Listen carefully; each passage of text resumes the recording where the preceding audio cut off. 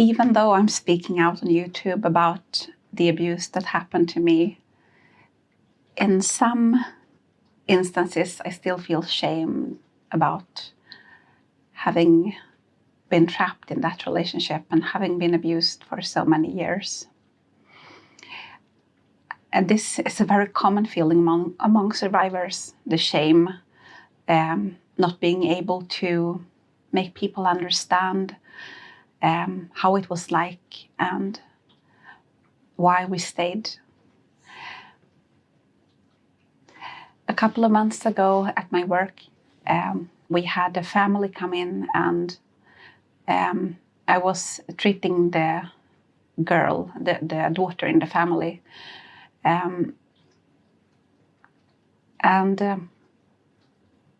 I saw some signs that disturbed me, and I was wondering if the mother in the family was getting abused. Well,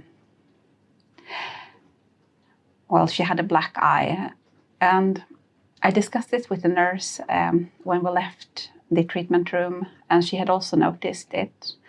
And we were discussing how to get that mother's side and talk to her and ask her without the husband noticing or being present. So we laid a plan for that. But afterward, the nurse shared a story with me. So I'm not sharing at my workplace or in my private life about this channel. And my colleagues don't know that I've been abused. Or a few of them do know because I'm living under protected identity. So I have shared it with a few because I have to, so that they will keep my information hidden. But this nurse did not know. And she shared with me that when I was younger, I was in a relationship with a man who tried to hit me. We had been at a party, and I had spoken to a male friend, and when we got home, he was irritated, and he asked me about this guy and why I had spoken to him. And then he lifted his hand. He did not hit her, but he lifted his hand against her. And then she proudly said that I told him immediately that there's the door. And he tried to apologize, but I still kicked him out. No one will ever treat me like that. And at that moment, I felt ashamed. So I did not share, I have not shared with her what happened in my marriage. But that is how many people think. If I would ever get abused, I would immediately leave. And that is also the common advice. So you should leave at the first blow.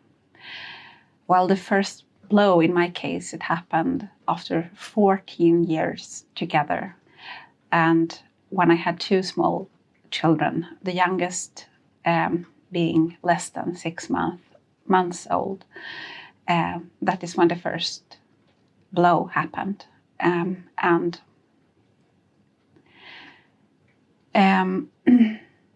I did not leave, and it was several reasons for why I did not leave. But trying to explain this to someone who have not lived it is like trying to explain that why you chose to live in a house where there was a roaring lion. No matter how beautiful that house was, you would not move into that home if you knew there was a wild animal living there. And we know that lions are dangerous and they can eat us or harm us. And we know that abusers are dangerous. They can hit us or kill us. So of course we don't want to live with them. But when you got into that relationship, you did not get into a relationship with a lion. I did not, so I got into a relationship with a sweet bunny. And for many years, our relationship was mostly 99% very good. And I thought that I was lucky to be in a relationship with this guy. We did a lot of, he did a lot of romantic things that my friends, boyfriends did not do. And he showed me a lot of attention, and I thought that we were really in love. And then in the beginning it was long periods between the instances where he would become angry, and when I would see that, like the bunny turning into a lion. And it would not last long, and he would say that that's not really me, I have a anger management problem. And almost like that side, and he also said that I get so angry I don't know what I'm saying, so don't pay any attention to what I'm saying when I'm angry. And please help me to stay calm. And so I thought that, first of all, those swift moments of him showing that side, I thought that was not really him. He was the sweet bunny. And that dangerous sides, the red flags, that you can also call it, that wasn't him. That was a part of him that he was trying to work on. And I also thought that I had some control over it, because that side only showed up when I had done something wrong. So often he would get angry over something that I had done. So he would blame me for his anger, and for his abuse, the verbal abuse that happened when he was angry. But I thought, because he put that blame onto me, that it was my fault that he became so angry. And if I don't do that thing again, I can prevent his anger. And gradually, I started to adjust more to him. And that is what happens during an abusive relationship. Because the abuse is cyclical, it goes in cycles, you start to adapt and adjust what is called walking on eggshells. More and more things, slowly, over years. You stop doing certain things because you know that that will trigger him. And something also happens in your mind, because you think that you have control over his moods, that you can prevent the abuse. And because that sweet side of him returns now and then, and you think that you can keep him in that, you can keep the relationship in a good place if you just try hard enough.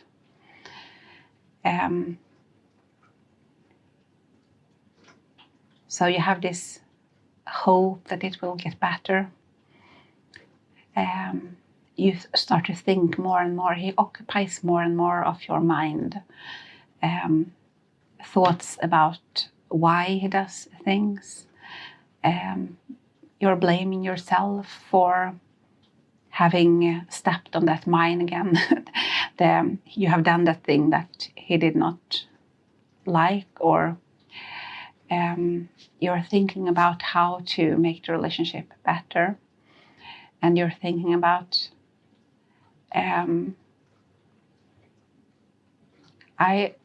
spent a lot of time trying to understand him. And also trying to, because I suspected that he was betraying me, and he did. The last, like after the kids came, I spent a lot of time trying to understand what he was really up to, suspecting things, and then blaming myself for being suspicious.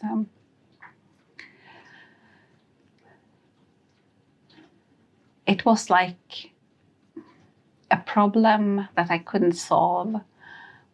You know, when you have those, I don't know what it's called, it's like a metallic thing that you can twist. It's not a puzzle, it's like a quiz, but if you turn it in a certain angle, then you should be able to like get it to release.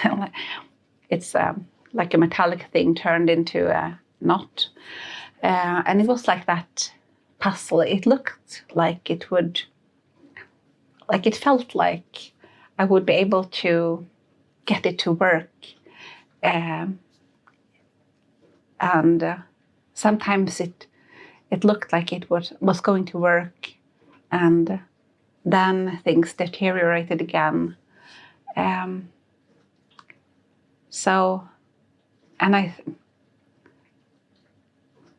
That relationship was like a puzzle or like a quiz that I couldn't solve. I couldn't understand I couldn't see it clearly.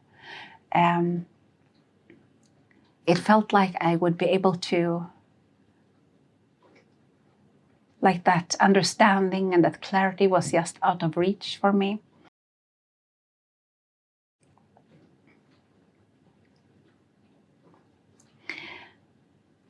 And meanwhile, while I was struggling with that knot and trying to make things better, what was he doing? Well, he was attacking me in different ways, taking over my finances and isolating me, making things harder for me on purpose. But he didn't say that straight out. So the finances, he took care of that because he was better capable of doing that. And he always had different reasons to why he did things.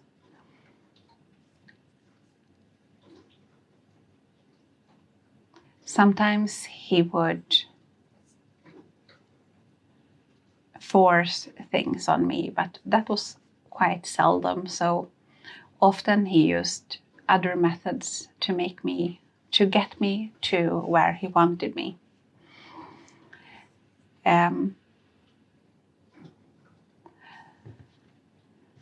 I was becoming more and more overworked, exhausted.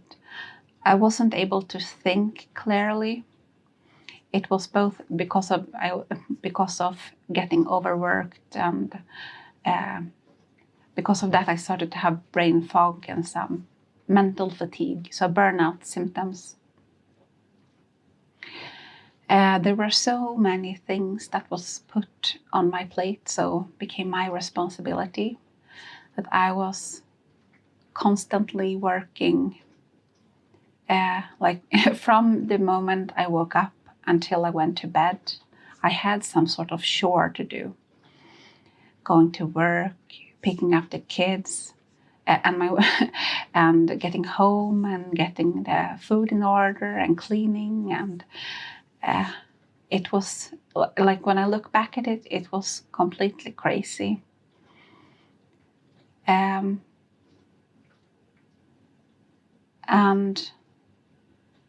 The only moment where I had some peace was when I went to bed, and then I would fall asleep.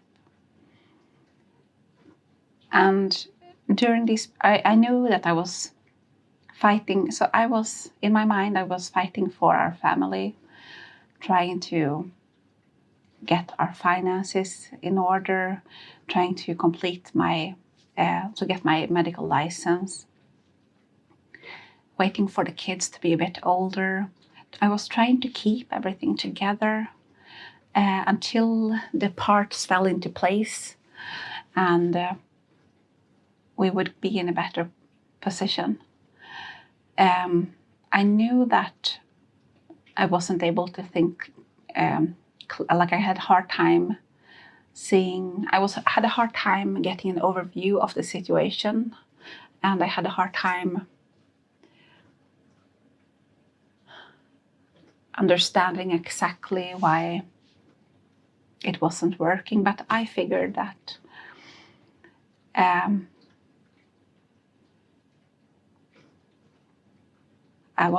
I had to give it some time. I had to keep trying. I was waiting for him to snap out of this crisis that I thought that he was in some sort of midlife crisis / depression, combined with narcissism, which I had discovered that he had.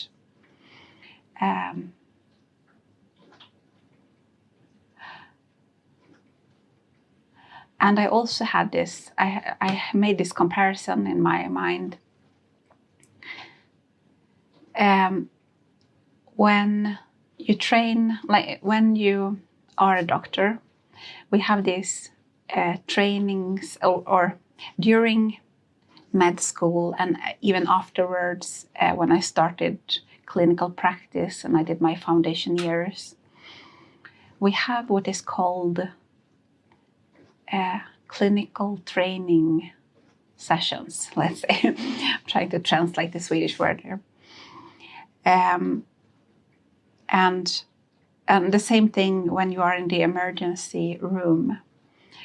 So we do it in the emergency room, but we also train this in when there are not real patients. So either we have a doll or someone is playing the patient. And then you get into, you step into the room. There has been an accident, and then they have these quite expensive dolls that are you can listen to the heartbeat and the lungs. It has a microphone in the doll's mouth, like it's life-size doll, and then there is this mirror. The black glass where there are some people sitting on the other side, and those are the older doctors having some fun in there, I think, because they're speaking into the microphone, and then you hear the sound from the mouth of the doll. So you come in and you are it feels very real, and there are ambulance staff taking this doll in. And you can even watch the ECG, and then of course it turns into a real emergency where the doll is almost dying and you are supposed to save it. But you are then leading this team with the nurses and telling everyone what to do. And this is very, very stressful. And so you have to train to keep a cool head in these situations. And even if you have trained, sometimes you still get into this tunnel, you're focusing on the thing that you're doing, so that you lose sight of the whole picture because you are. So, and this is something that is well known. It happens in emergency situations. You might be focused on a big wound on the thigh, let's say, but then the patient has stopped breathing, but you don't notice because you're focused on what you're doing. So therefore, there is always another doctor standing, he's not working at all. He's just standing on this little stool so that he has a clear view of the room, and he is just watching everyone and watching you and the monitors. And this doctor, he is not supposed to tell you what, or he's supposed to remind you about, like,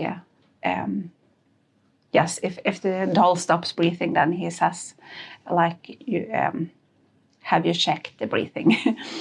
But that person standing in the back is supposed to get an overview and tell you what to do. So when I was really struggling, trying to push through the like my foundation training, it was pandemic. I was caring for small children. I just crashed into bed each night. And my husband was telling me a lot of, like, you should do this. You have not thought about that thing. I thought that he did it to help me. And in my mind, I sort of compared it to this wiser doctor standing in the back, telling you when you have missed something. And I told myself that, well, he is obviously not as overworked as I am. He did not work. And he may see things that I miss. So I better listen to him.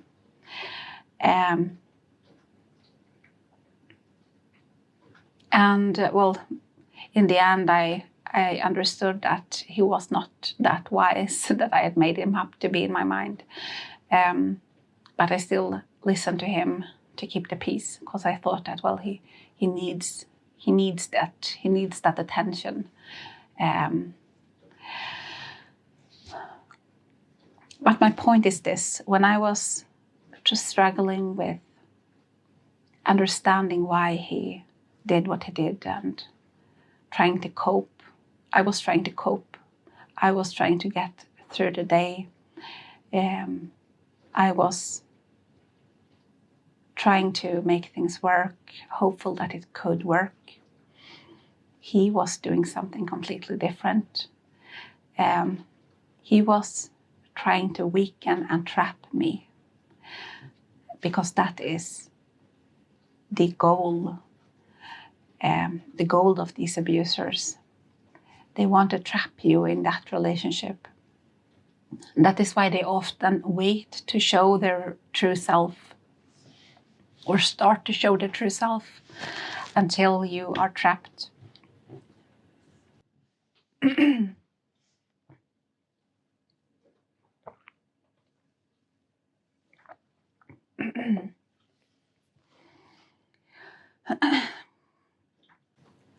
Until after you have children with them, after you have married, after you have committed or moved in together or taken a loan. That is when they start to show their true side. And they usually try to isolate you. They make you doubt your own ability to make decisions, and they do that through gaslighting. And that had worked on me. I thought that, well, I need his input to make decisions. I better check with him.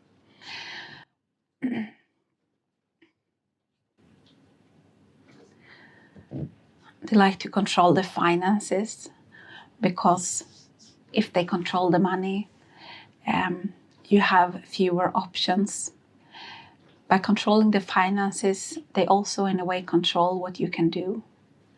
And they like to control what you do, who you see, and some go even further. They want to control what you say, what you eat, etc. And my husband did that in the end. It's like they are playing a mental chess game. It's like they are playing chess, and they're slowly removing all your pieces, but you don't notice it until it's checkmate. They hide their motives and they confuse you on purpose. They send double signals, and if they feel that you are onto them, they get sweet again. But so many of us are ashamed and blame ourselves. There is a reason why we got stuck. Many people will not understand it, and that's something we have to accept. Just like we had to accept that relationship was not solvable. We have to come to terms with the fact that some people will blame us. Some will think that we were weak or stupid, but we were not. If you were in one of these relationships and you survived it and you escaped it and you rebuilt, you are not weak, you are strong. And sometimes we will speak even though we may get misunderstood, because the message and the information will hopefully reach someone who needs it. And sometimes we will choose to be quiet and not take that battle. But either way, it's time to put down that shame and release it.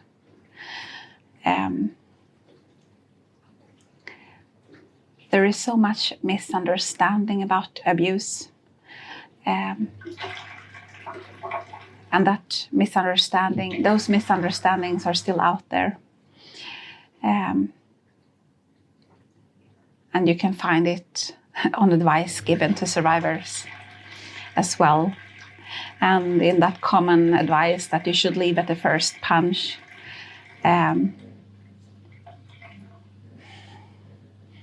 it's not a bad advice. It's just that it doesn't capture all the things that may happen before that first punch. And it also makes you think that either he is an abuser and he will punch you, or he's not an abuser. And that's not true. Abuse takes many forms and it often escalates. And the other thing that it doesn't mention, that advice, is that the danger that you will face when you leave. Leaving is often the most dangerous time. That does not mean that I would advise anyone to stay. But it does mean that you have to be aware of the dangers and plan for it. One survivor wrote to me in the comments a few days ago, leave quietly, which I think is a very good advice. There is much confusion, misunderstanding out there. But we know what happened to us, and I'm very happy that you're here. We can strengthen each other and we can spread the information. If you have the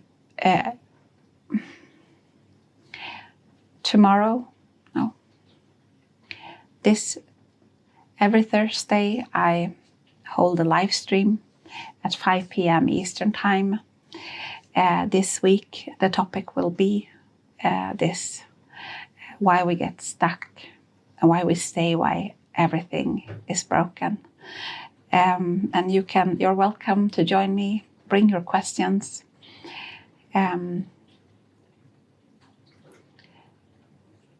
It would be lovely to see you there, even though I am a bit scared about how many will show up, because this week I had a huge boost on my channel and a lot of new subscribers. You are very welcome here. I would be very happy to see you on Thursday.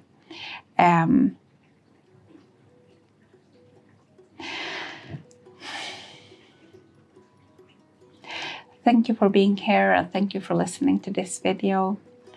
I'm Emma, holding up a light over the bridge. See you in the next one.